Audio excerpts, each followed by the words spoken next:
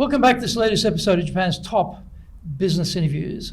I'm your host, Dr. Greg Story, President, Dale Carnegie Tokyo Training. My special guest today is Miyoko Demey, who is the previous president of Tiffany Japan. And you were at Tiffany for a long time, both in the States and here, weren't you? It was about 30 years, I think I saw on your profile. It's a long time. 30 years. 30 years, wow. That's impressive. And so let's go back a little bit. You basically started work for Tiffany in the States, I guess, and then they sent you out here to be the president. So we'll get to that part of the story. But were you always involved in that sort of luxury end of business? Is that where you started in your career, or you sort of moved to Tiffany later? How did you get to Tiffany? So Tiffany really was pretty much is the first job. I did work for a Japanese bank in New York for a very short period of time. But I quickly realized that I was not going to get anywhere at that company. And at around the same time, I was getting married and was interested in learning about how to buy a diamond. So I decided to go to GIA, which is the Gemological Institute of America, to learn about diamond to buy an engagement ring. You're a very thorough woman. Yes. You're very thorough. Yes. Most people just go over to Tiffany and buy the diamond. They don't need to go and get the training first. Yes, I wanted to know. Right. So that's my curiosity. And so as I was studying, my friend at the bank said, Miyoko, there's an opening at Tiffany 30 years ago. We didn't have internet. It was a newspaper ad. Oh, really? So my friend at the bank said, there's an opening at Tiffany. Why don't you go and apply for it? So I was like, okay, you know what? Nothing to lose. Yeah. So I went and got a job, and that's how it started. Right. And so I guess over those years, you sort of start at the bottom and you work your way up. And you're working in the States for the better part of those 30 years. Yes, first 28 years. 28 years of 30, right? Yes. So at some point, you're leading a team, I guess, inside of Tiffany. So, you're Japanese and you're leading a team of probably, I'm guessing, probably quite a multicultural squad of people there. What were some of the challenges you found leading these crazy foreigners in America as a Japanese person? Well, I think being curious is really helpful trait because, yes, you're right. At one point when I was head of global sales operations, I had my team altogether spoke 28 different languages. Wow. So really it was multicultural national team. To really lead that type of group, you need to you can't make any assumptions. There's no standards. So you really have to ask a lot of questions and you have to listen, understand their perspectives to really bring everybody together. I'm interested in that because in my experience, we have the saying, when in Rome, do as the Romans do. But I've noticed when it comes to Japan, it's do as the Japanese do regardless of where you are. And the Japanese are usually not that flexible in dealing with different ways of doing things. And if they're in another country, it's got to be the Japanese way, and that's it. It's my experience. But you obviously found a way to be flexible or be accommodating or to adjust yourself. How did you go about doing that? Because as I'm saying, most of the Japanese I've met who have been sent overseas, they're trying to make overseas like a little Japan, usually unsuccessfully. But you found a way. So how did you find the way? When I left Japan after high school, I went to the school in the U.S., university. My father sent me a letter, and in it, it was his favorite quote from Gandhi. Say, learn as you live forever, live as you die tomorrow. Ah, nice. I love that saying. And you always want to learn something new. So curiosity is really important trait that I have. And also you always wanted to live as and focus on what you're doing. And if you really do work with people and focus on that person who is in front of you and respect and understand, it actually works out. Well, well done for you. And that's quite a big job, global sales head. That's a very big position. And so you had another couple of positions, I think, in the States. And then how was it that you wound up in Japan? You're a career person with Tiffany in the States. You've learned how to deal with people from at least 28 different cultures and countries. And so you're quite, comfortable, capable in that American environment. So there's no particular need for you to come back to Japan, is there? I mean, you're happy to work there and you're able to run the world from America. So how did it come about that, leave America and come back to Japan? So when the former CEO asked me if I'm interested in taking this position, the head of Japan operation, as you can imagine, Japan is an important market for any luxury companies. Same for Tiffany. And I also, as a head of global sales operation, I worked very closely with Japan team for a long time, along with all the other markets. And I thought that would be so interesting coming back, not as just because I'm Japanese, but with the experience. So at Tiffany, 28 years in headquarters in the US, I worked in 10 different departments and I had 16 different bosses. So I pretty much have experienced the full scope of Tiffany organization. But I've never worked as a head of business owner. So having that experience and being in charge of P&L was so interesting for me. It was always the operational head support organization in Central and telling regions what programs to implement and how to do, or working with the Central team. So I thought that would be so interesting being region and working with Central. So something new. And something that is a little bit scary because yes, it's still working with a Japanese culture that I am Japanese, but I've never worked in Japanese environment. I always worked as I never thought that American, but just in American organization and not using my Japanese-ness. So that was such a new thing for me, but I always wanted to do something that it's a bit scary to stretch myself. So when you decided, okay, I'll take the job, and you come here, how did you approach it? Because yes, they knew you. They knew you. You're from Central. You're from global sales, but now you're their boss. So how did you think about, okay, how am I going to approach this? How am I going to be the leader here when I don't have a store, retail background, on the counter, that type of, at the cold face type of experience. I've been operating at a very high level. Now I have to directly be responsible for people who are actually making the sales in the stores. And I know about logistics, I know about, warehousing, I know about all the other stuff, but that part of it, no direct experience yourself. So how do you think about, okay, how am I going to get people to follow me coming from headquarters? What did you think about how you'd approach that? I always think the working with people with respect is really important. And don't assume that you know everything. So going back to curiosity, really trying to learn their perspective, trying to learn what they're going through, what their concerns, issues, opportunities. So I really focus first on understanding and learning. Even though I had 28 years of experience at Tiffany, which is longer than anybody pretty much at the Japan operations. Really? You were one of the pretty longest? much. I was longest Wow. tenured employee. But still, I wanted to understand from their perspective what are the opportunities that they see, what are the issues.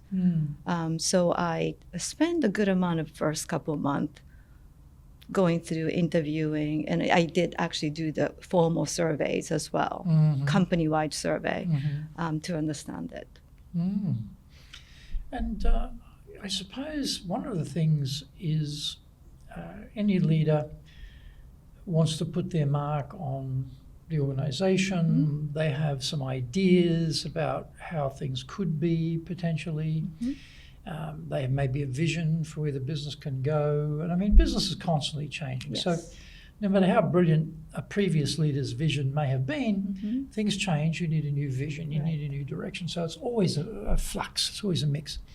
So how did you go about getting the team behind you? How did you get them engaged to follow you and your direction for the business? So as I mentioned, first you have to understand. So their opinions and their ideas was really important to me. And I never thought that I could do everything myself. So I always work with them as a team, creating a really one team. I use the slogan, say one team, one goal first. Because even though Japanese organizations, they're good at and working with others, they tend to have a very, I wouldn't say silo approach, but silo way of thinking. So this is my responsibility and this is but really wanted everybody to see a bigger picture and one goal and where you fit in as a part of the accomplishing the goal or supporting the goal. So creating that and having the communications and clearly articulating what you're supposed to and how you're supposed to contribute to the common goal and what that common goal will look like and how that will look like to you. And once you have that one team approach and the feeling and the commitment, I think that's easier to bring everybody together. Not just because I am something, but it's just because we are all creating something together. I notice, as an Australian, if we get a job description, Yes. that, in our way of thinking, is a starting point.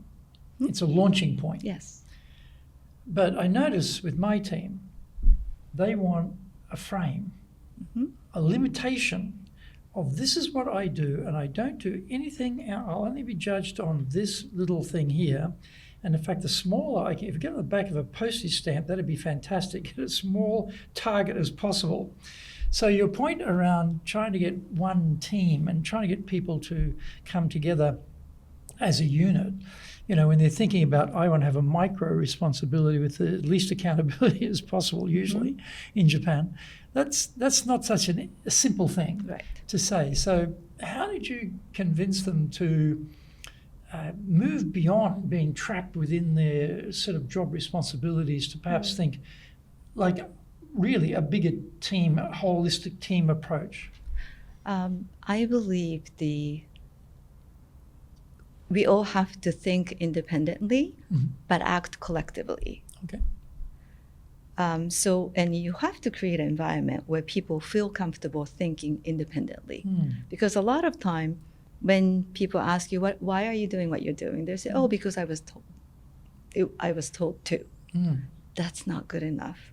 You have to think independently and do, if you think whatever you're doing today or the way you're doing today is the best way. So you have to understand, and also to make the decision, to have opinions, you also have to understand how everybody else surrounding you are working. So I encourage people to think independently, but act collectively. That's we're doing this together. And for me, that's like, that's a good idea. Easy. But I know, Not given easy. given the risk aversion in Japan, and given people really don't want to make mistakes or have errors or defects or anything like that. So they've found one of the ways to make sure you don't have those problems is to limit your accountability and make things small. And so to think by yourself and make a decision by yourself exposes you to perhaps not making the right decision, exposes you to perhaps making an error or a mistake, and then being chastised for it. And so people tend to pull back from that. So even though you might say, think independently, act collectively, I'm just wondering how you actually got them to start thinking independently, because the risk factor of thinking independently and taking action on your accountability from a Japanese perspective is high risk. Australians, we wouldn't think it high risk. We'd give it a go, you know. Yes. But I've noticed the Japanese are very much more conservative. Yes. So how did you overcome that conservatism, risk aversion, to really encourage them to, come up with an idea and try it, you know, and let's see. How did you get them around that? Oh, I'm not too sure about that. Right. So you have to create a supportive environment where people feel comfortable first speaking up. It is very difficult. I mean, what I'm saying sounds quite simple, but it's not. It didn't happen overnight. No, you have to try many times in a different ways. Yeah. And also another thing is positive reinforcement is not something that people are used to. No. But it really works. And if you identify a specific action word or even the one example and really highlight how amazing that is, and that does have a little effect of other people say, oh, maybe I can do that little thing. Maybe that is the acceptable or rewarded, behaviors. So positive reinforcement on very specific action. I like that, because often, we teach leadership, right? Yes. So often with leaders, Miyoko, good job. You don't know the leader thinks, what good job. Yeah, the what leader is a good thinks, job? I'm doing a good No. job as a leader. I'm praising Miyoko Yes. here and telling her she did a good job. And Yeah. Miyoko thinks, hey, I've got 18 different aspects to my job here. What particular aspect are you talking about? But what you're getting at is something concrete, something that they know they did, and it's recognizable. It's something from them that they did, and they know you've noticed it, and then you praise it. And have it on the other side. What about when things don't go well? What about when either they've thought independently and made a bad choice, or what's proven to be a bad choice, and there's an error or a problem or mistake, or they've screwed it up for whatever reason? How did you handle that? Because that's the flip side. Yes, absolutely. Kind of similar way that you do speak about the specific action or decisions or deliverables that didn't work. You really do have to highlight it. But then you also have to ask the person who made the decision, what did you learn from it? Because what's most important is nothing is a failure if you learn from that experience. And if you actually do better next time, it's great that you actually gain something very important. So you do that by asking questions. Okay, yes, what you did, this didn't work, but what would you do differently? And what is your next step? What is your plan? And you really highlight and speak about great idea came from the mistakes. Great idea came from, or like not such a great result. And once you start to do that and continuously, people start to feel a little more comfortable every day, making mistake, but it's okay. If you learn from it, it's not a mistake. It's actually is a good, we call it koyashi, which is like the food for the soil. Well, I think we're all a product of our mistakes. So everything we know today is a collection of mistakes we've made. That don't do that, or that doesn't work. But often with bosses, though, you have a sort of tatemae hone problem. But on one sort of superficial aspect is, want your ideas, that's great, try things, experiment, be innovative. And then when people do that and it doesn't go well, they start abusing them or scolding them or, criticizing them. So people aren't stupid, they look around, they go, aha, that's the pain you're going to get if you step up here and try something. I don't think I need that. I think I'll just not step up at all. So you just completely kill off that innovation. So just on that point about innovation, do there any particular things you found both in the States or here in Japan that work well for you in getting ideas out of people? I say that because this is one of my problems. This is for a friend type of thing, I've got a lot of ideas. I'm a real ideas guy. So I find I'm constantly coming up with ideas. And then sometimes I have to stop myself and I realize, well, hang on a minute, all the ideas that are being generated right here are coming from me. What about these guys? I need their ideas too, but I'm so powerful and I'm the boss and I'm driving. And I have to restrain myself Yes. and step back and get them involved to come up with their ideas. Mm-hmm. So I have to be like that with myself, to be disciplined myself to do that. And sometimes as the boss, that can be the problem. We can be our source of ideas because we've got all the information better than everybody else from what's going on in the organization coming down to us. They don't have all of that. But what have you found, any techniques or methods you found which work well to get ideas from the whole group? How much time do we have? We've got tons of time. Yes. This would be like a Joe Rogan podcast. Right, Could be like 3 hours. Yes. We'll see. So it's also important for them to see the same issue from different perspective. Mm-hmm. A lot of time when you or I or the team is working on something, they really focus on what they want, like what they think is right. Yeah. And I always ask them to think from different perspective. If you were me, how would you criticize? Or how would you ask you to change? And it's so important that people don't think about different perspective and different stakeholders' point of view. So once you start doing that, that gives you a lot of different insights. Also just going back to just making mistakes too.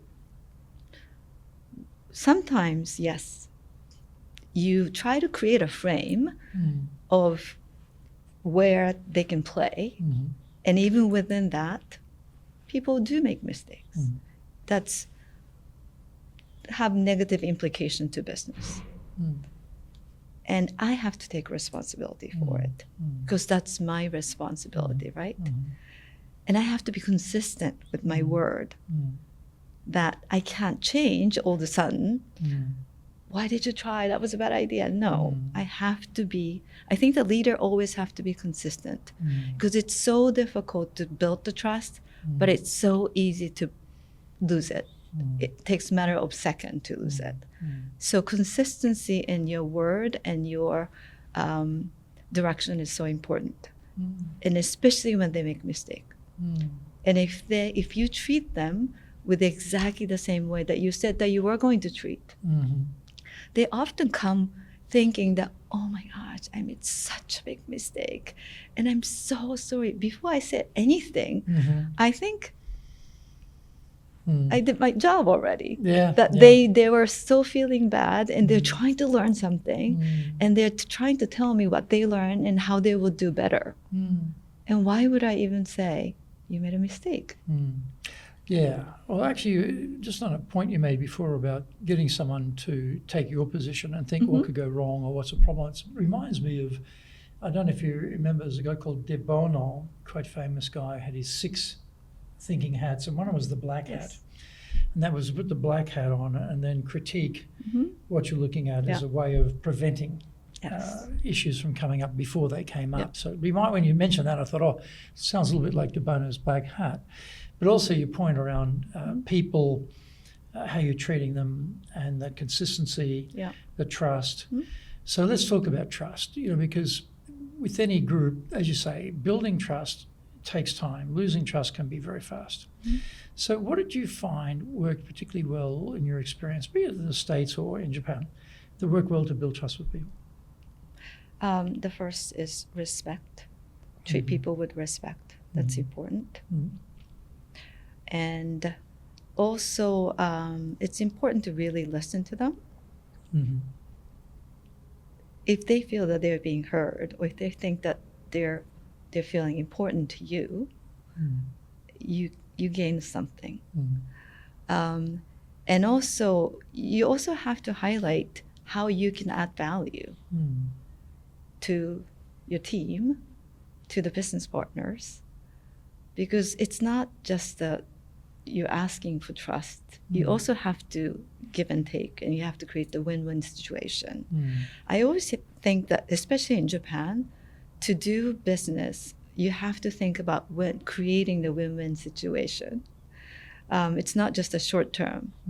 You have to put a long-term hat on and see how you can really establish relationship to win together in the long haul. That's sort of interesting because in a way, the luxury industry can be, to some extent, transactional, I guess. You have an engagement ring, and it's I'm just saying that that's a one item that you've bought, and then okay, we're done now. But how to build that partnership, that relationship with the buyer, so that they keep coming back for the next item and the next item and the next item. So, and that's in that jewelry world, but also just say in the team functionality, how to have the sense that I really care about you, value you, want you to succeed, to communicate that. So did you find any particular ways which worked well to communicate that? Was it sort of town halls? Was it, private lunches? Was it just coffee with someone? Any particular ways you found where it was useful to get those messages across? I think all of the above. All of the above, right? Okay. Because communication is repetition. It's important to be consistent with your message. So just pick up on that point about repetition. Why is it repetition? Because a lot of times people hear you, but don't really hear you, right? That's right. I'm sure I told them that. Yes. Yes. People don't hear you. Yeah. So you really have to explain in a way that it makes sense to them in the right time, in the right moment. And that differ. And when, like you said earlier, environment change and things change. So as you evolve, you have to continuously reminding what your objective is, what your expectations are. So the communication is so important, and you do it in a different way to get the best out of it. Sometimes town hall is the best way. Sometimes one-on-one is the best way. It's depending on the message and who you're speaking to and what you're saying. So all of the above. All of the above, absolutely. Yes. Yeah, I agree. And that thing about communication where, I sent them an email so they all know. And then you come to some town hall, some meeting, and then the question comes up, you go, I sent you the email on that, right? I told you about that. Why are you asking me about that? But, what we are sending out and what they're receiving doesn't always be in perfect synchronization. And they say, oh, that's what you meant. Yeah, that's exactly right. Or I just didn't, I skipped that paragraph. Exactly. So I think that when you mentioned the repetition, it sort of, it rang a bell with me. That's right. You've got to keep telling people over and over and over again the same things. But not nagging them, though. That's a good point. That's a very, very good point. Now, nagging is probably not a great choice. No, that is not the right way. Great choice. And did you find much of a difference between, a Japanese audience in terms of communication for these types of things and an American or multinational audience that you have in the States? Well, basically the same. It's always difficult to categorize people because it's depending on a group dynamic or the trust level or the person. It's different. So I think that's one of the things. I never really think as, because Japanese, this is a way. Because it's American, this is a way. Because I'm so used to working with everyone at all once.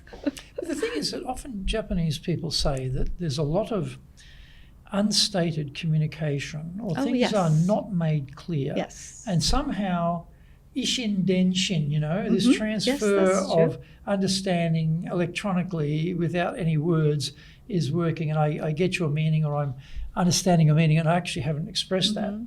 So that's always interesting for me, that in the West it doesn't have any ishin denshin at all.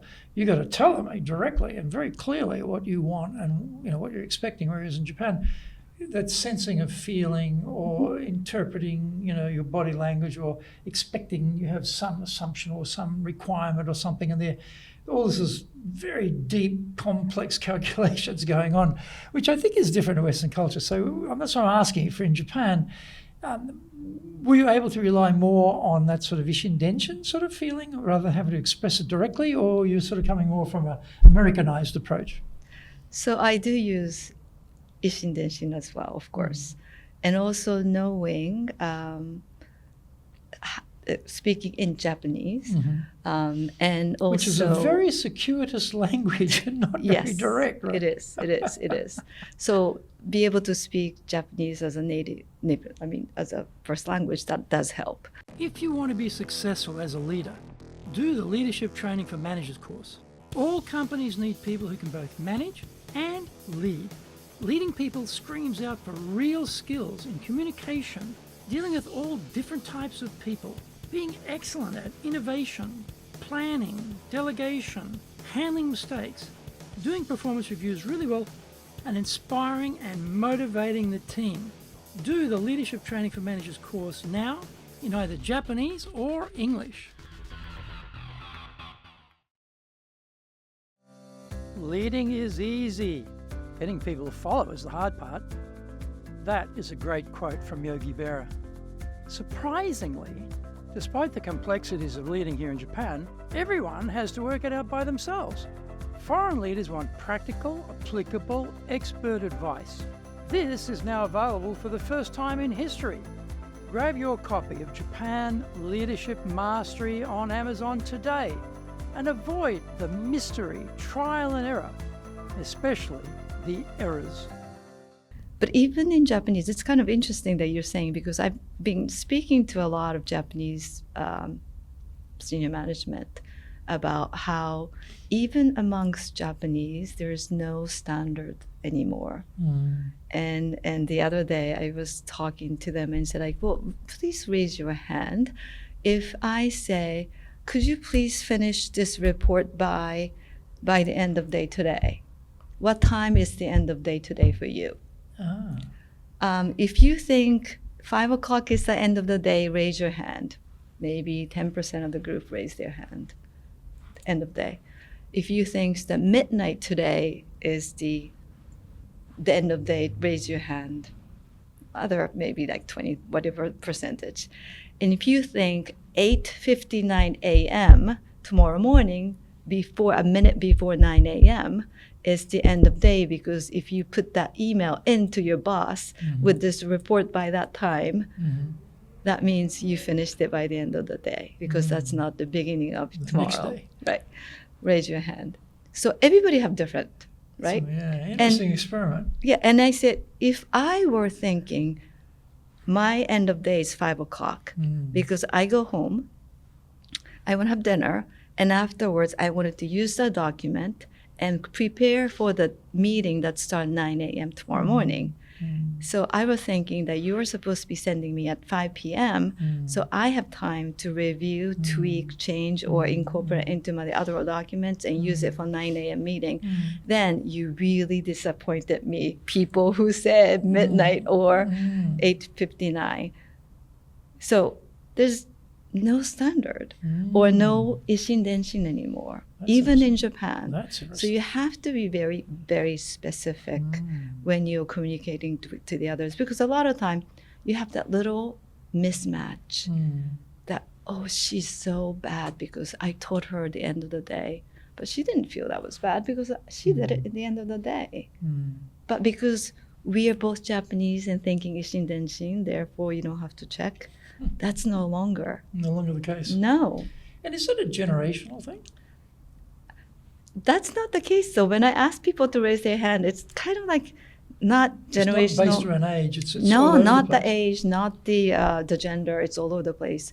So it's your personal standard. Wow.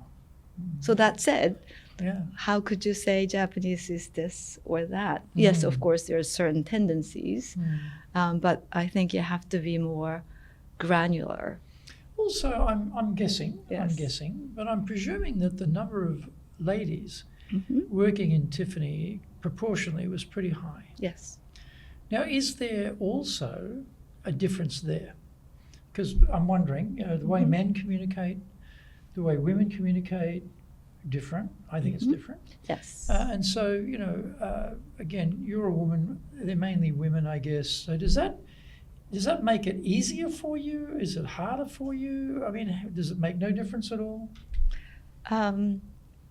So yes, in terms of the entire body of employees, women, there's more women. But as you go up on the corporate ladder, there's more men. In Japan? In Japan, in US, both. Right, okay. Certainly the percentage is different, but there's less women as you go higher up in the corporate ladder, just like any other companies. So it's hard to say. So going back to like if you're communicating only amongst the senior management, there's more men than women, and if you're speaking to your total employee body, it's different. So depending on who you're speaking to and what you're saying to them, you have to adjust your communication style and the message and how to deliver. What about culture? You have, sort of Tiffany corporate culture, you have Tiffany Japan culture, and then you have Miyoko culture. Yes.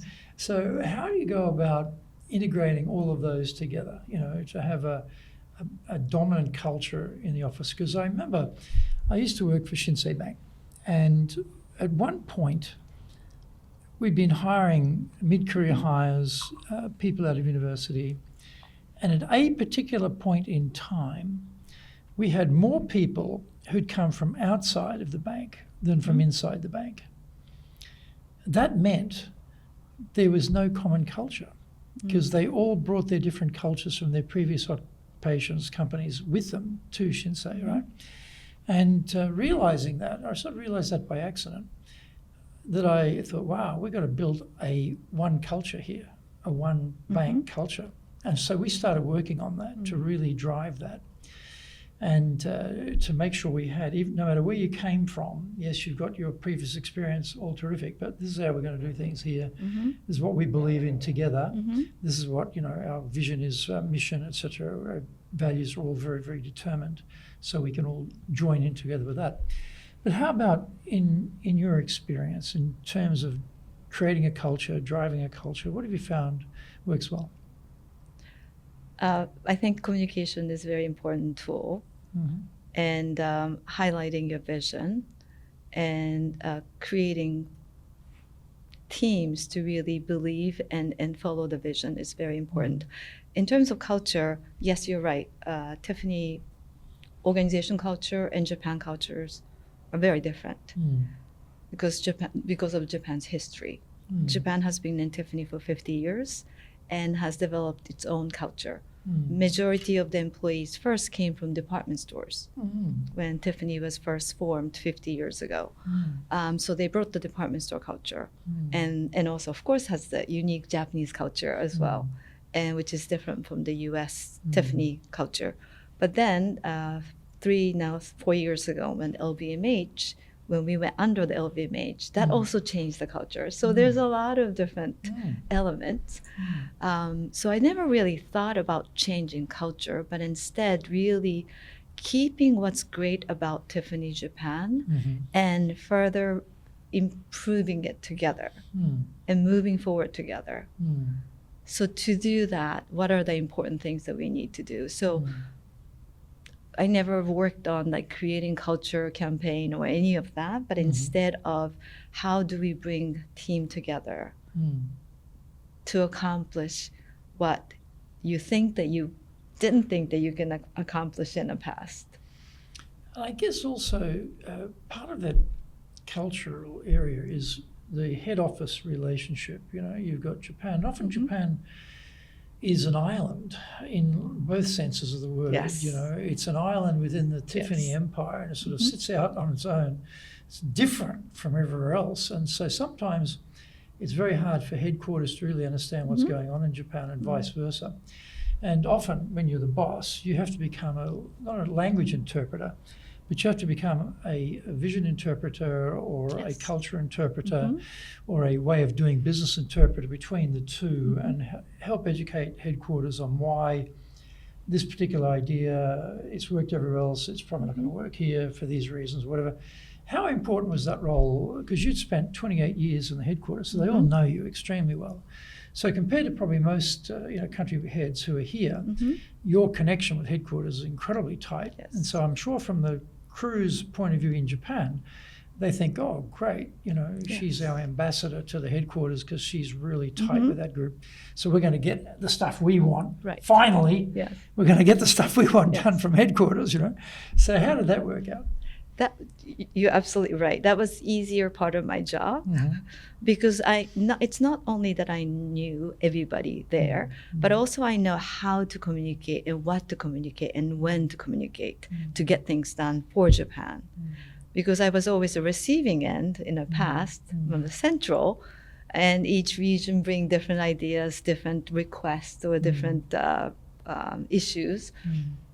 But I know exactly how Central react to and manage those.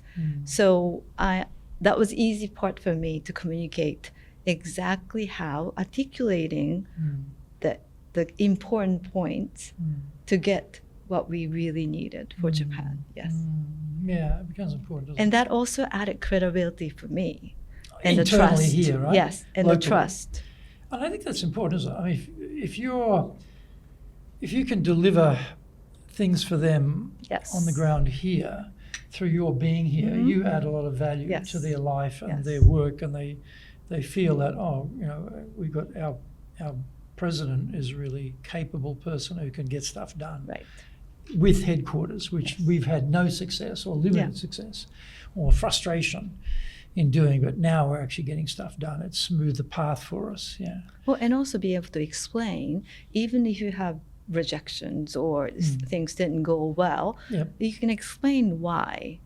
There are certain reasons that because of the global priorities or others, if you can explain the behind the scene reasons, that it's much easier for everybody. It's not just because their proposal wasn't good enough, but it was because something else that happened that was more important for the central organization. So. And what about, you talked before about, numbers of women in senior leadership positions. So a lot of companies these days are trying to improve on that. Yes. They're trying to have more women take up senior roles. And, it's a very complicated question because you've got, if they've got families and who takes care of their kids and flexibility on companies' point of view, if the kids get sick, to go home and, and then they look at the people who are their bosses, working like dogs, and they think, well, I don't want to do that. I want to have a life. So it's not always, rose petals and wonder to go into those leadership positions. So encouraging people to step up, not that easy. So did you find any ways that worked in Japan to encourage ladies to step up?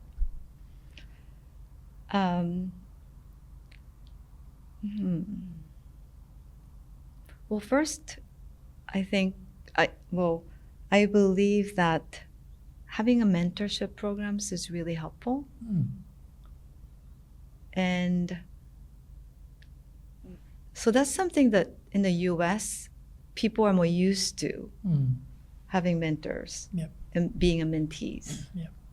But in Japan, that's not so common. And creating that is number one, and having that conversation. It's not just you who are having issues. It's not you who are having difficulty balancing your work and life. So, and if you do have that issues, these are the kind of things that you could try, or these are the way that you can think. And having those conversation and creating an environment where you can have that conversation is really helpful. And also another thing is telling people that I always say, in English it sounds kind of funny, but 自分の可能性に蓋をしないで, which means don't put a lid on your potential. Possibilities. Because a lot of time, Japanese women, that's one thing that I can say about Japanese women who's a little different from US, think that, they're bad at taking compliments, right? Because if you say, you did this so well, it's like, no. Exactly. No. No. First, thank them for noticing what you are good at, or how, and then, accept the fact that you are good. You are worthy of, being here or being even higher. So just giving them more confidence and giving them opportunity to kind of air and learn from others I think that was really helpful. Yeah, in fact, we teach these skills here, Yes. you know, how to give the compliment, how to receive the compliment, Yes, right? absolutely. Because actually people don't know necessarily how to do either. It's sort of interesting. And in terms of helping them to step up, you know, mentorships are good. Any other things you found worked well to give them confidence? Because often, I'll give you an example on this podcast. I have asked a lot of ladies to come on this podcast. I have had a lot of ladies on the podcast. But I do notice there are two groups who are particularly difficult to get to agree. Yeah. One are Scandinavians, for whatever reason. Yeah. Scandinavian men, I have had them, but they're a definable group who will not say yes. No, I'm not going to do it. And the other are women. Okay. And so I often wonder, you know, okay, why? And we know that mostly if a man has 60% of the job description, he'll put his hand up for the job, whereas women have to have 90% before they feel confident. No, they have to do 120%. Maybe 120%. Yes, yeah, 120%. Maybe higher. Yes. Right. So there is that sort of, as you say, self-restraint, holding yourself back aspect to it. And so trying to break through that. And that's why I was so happy that you agreed to come and talk, because I think it's very important to have women's voices to talk about leadership in Japan, not just men. We've got 225 videos already, and I've never added it up. But I mean, we have had some very senior, very high-powered ladies come and talk about leading, and it's great.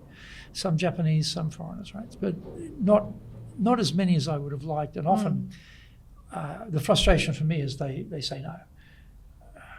Anyway, it is what it is. But in terms of, you know, when you're internal inside the company, to try and encourage people to put their hand up, step up, try. Did you find anything that worked particularly well here in Japan?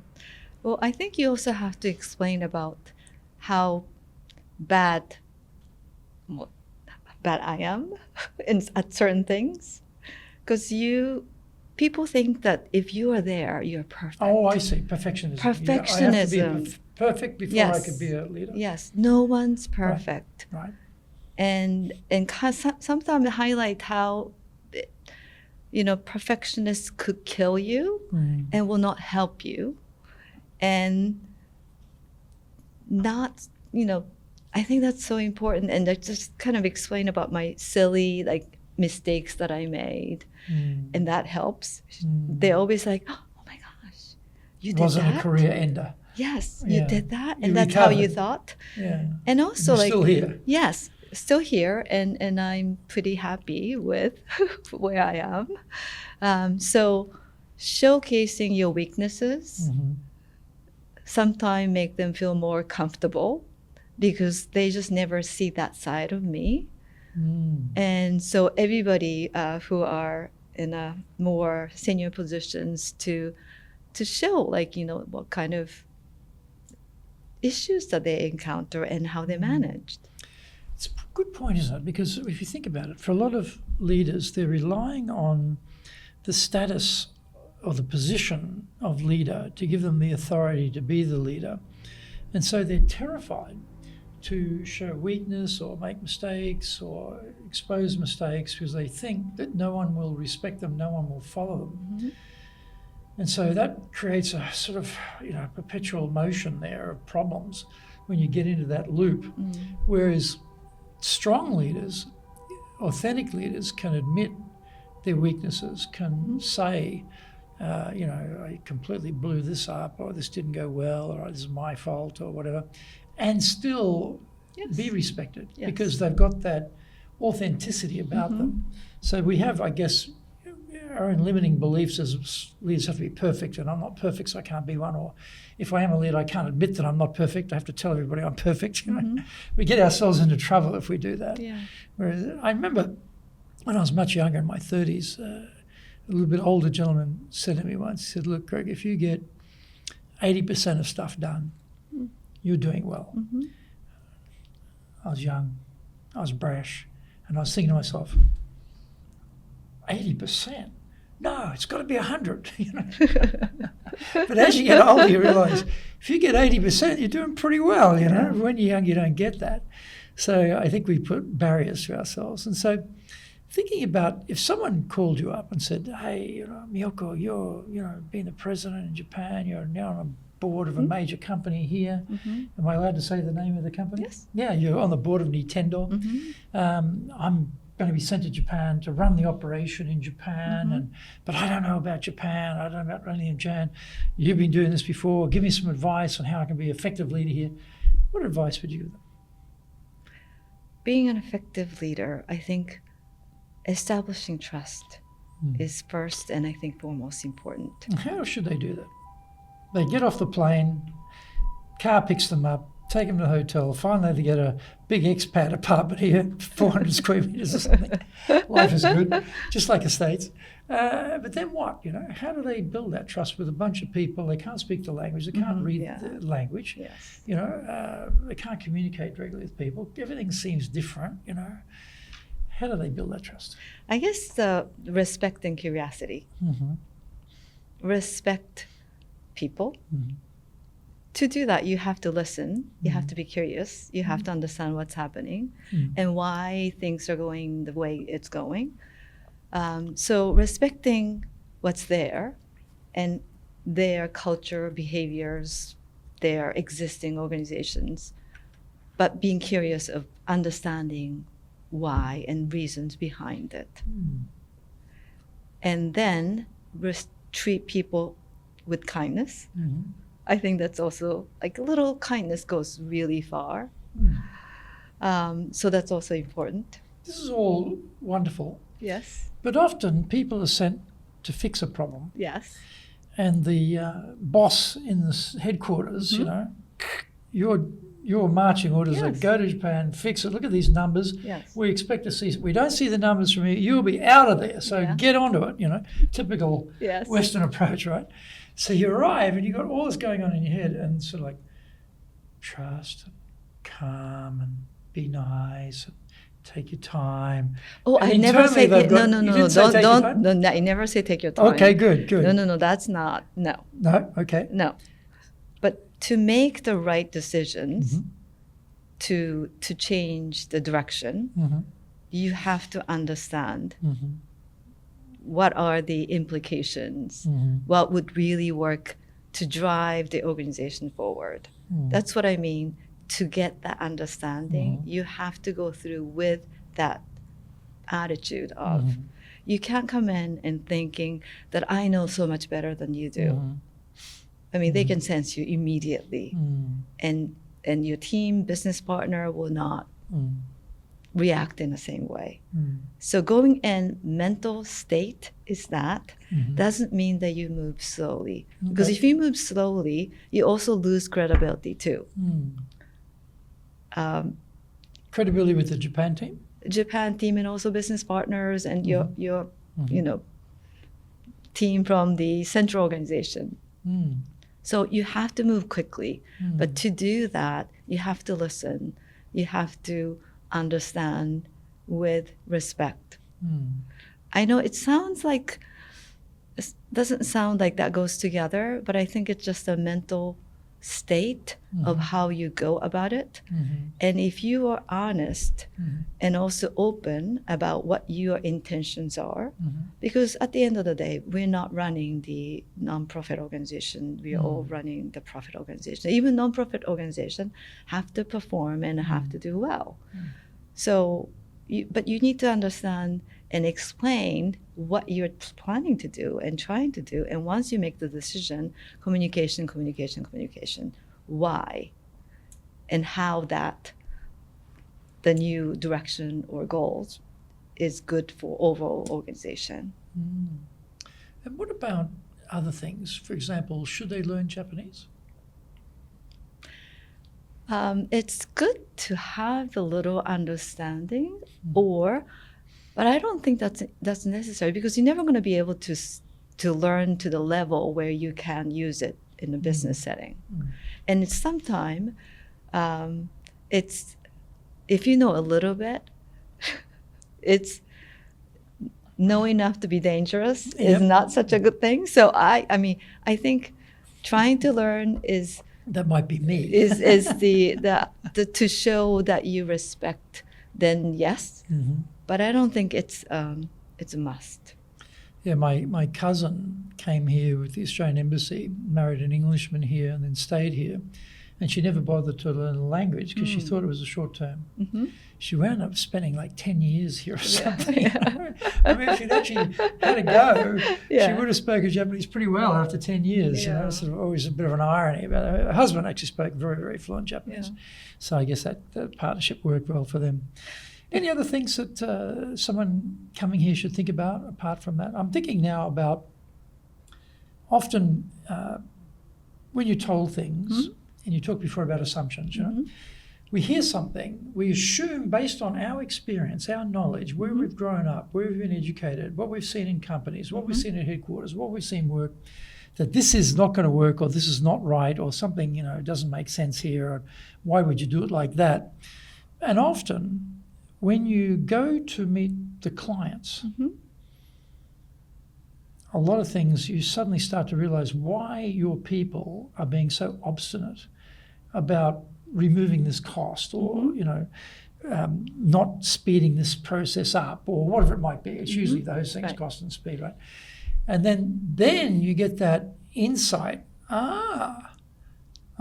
So for Japanese buyers, this is important. I didn't know that. How would you know? See, that's curiosity and respect. Yeah. So I guess, you know, I always think the sooner you can get in front of buyers, the better. Although I guess in the luxury jewelry trade is a little bit different, I guess, because consumers, you probably don't get to speak much with consumers, I suppose. I actually spend a lot of time with consumers. You we do? have selling events Right. for in-store events and also like VIP events. So I actually knew everybody by name. Oh, great. And I had a really close interactions. And a So lot of even in times, that high consumer traffic area, you can have that. especially for the high value consumer, you establish relationship. And you try to create the relationship that lasts lifetime. So that was our goal. Like you said, like you start with the engagement ring, but then like your anniversary, your birthday, your birth of your child. So it continues. In order for you to continue the relationship, that journey, you need to have relationship. And that's not just with one sales professional, but with the brand, and the president represent the brand. So thinking about your career, have you come up with any personal, professional habits which have served you well? I feel like repeating myself so many times, but curiosity. So I think I mentioned maybe to you, but there's 4 C's to evaluate the value of diamonds. Cut, color, clarity, and carat weight. So 4 C's. So my professional 4 C's are curiosity, confidence. Confidence doesn't mean that you just have confidence. In order for you to be a confident person, you have to work at it, right?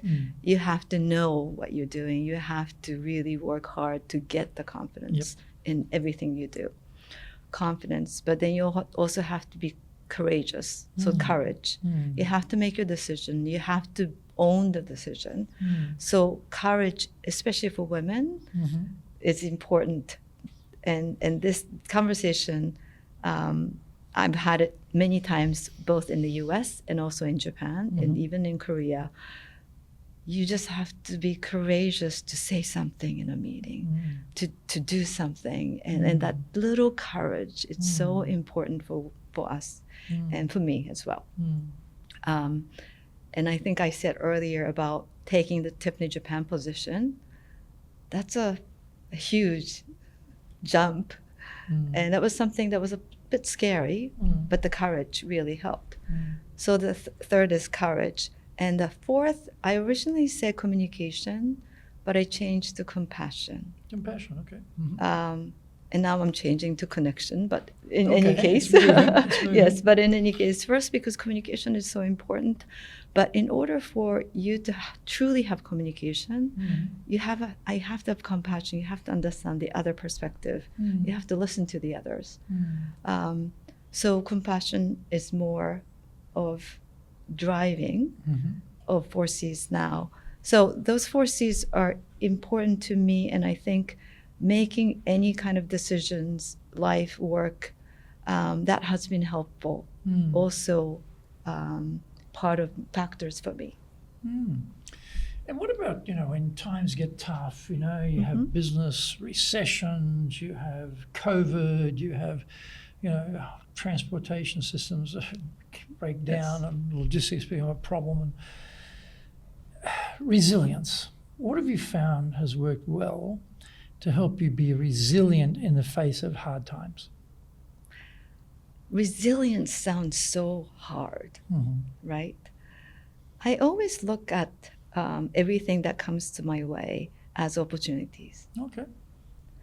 So, yes, when I first accepted the position to take Tiffany Japan CEO, I was thinking that I wanted to bring my son with me. I have one son who was early stage of high school at that point. But then COVID hit immediately after, and the border closed. And high school said, no, we're not going to accept any student coming in. And I couldn't have my son come over to visit schools. So I decided to come along Tanshin Huning, along. Okay. So I thought, oh my goodness, I'm going to be alone. But then if I wasn't alone, I wouldn't have been able to work in a way that I did. And I looked at it as a great opportunity also for my son and my family, my husband, to bond. Yeah, absolutely. So everything at the end worked out. But every challenge, or I guess the issues that comes my way, I always try to look at the other side of it and see how could I make that work or use it as a stepping point for the future or advantage for me. Very good, very good.